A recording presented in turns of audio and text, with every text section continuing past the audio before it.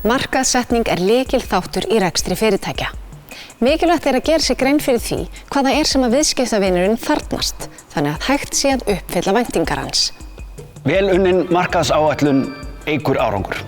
Gott að kynna sér stærð markaðar og einkenni, til dæmis árstíðarsveiflur, verð og þróun, mögulegar dreifileiðir, kauphegðun á markaði og samkeppnisaðila.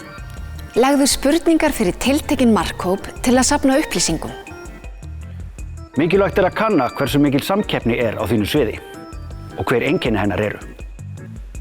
Samkeppnin alþjóðleg, innlend eða svæðisbundin? Hver markhópurinn?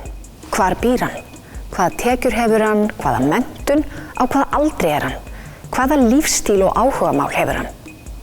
Því betur sem þú þekkir markhópinn þinn, því betur getur þú náð til hans.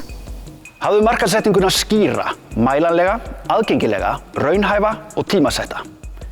Það smart.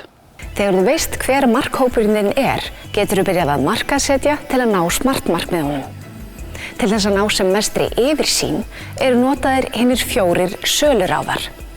Vörustefna, verðstefna, dreifingarstefna og auglýsinga- og kynningarstefna. Þessar ólíku en markvissu leiðir eru betur kynntar á vef okkar. Nú þarf bara að velja miðil fyrir kynningarefnið þitt. Markhópurinn líklegur til að sjá auglýsinguna þína í dagblaði?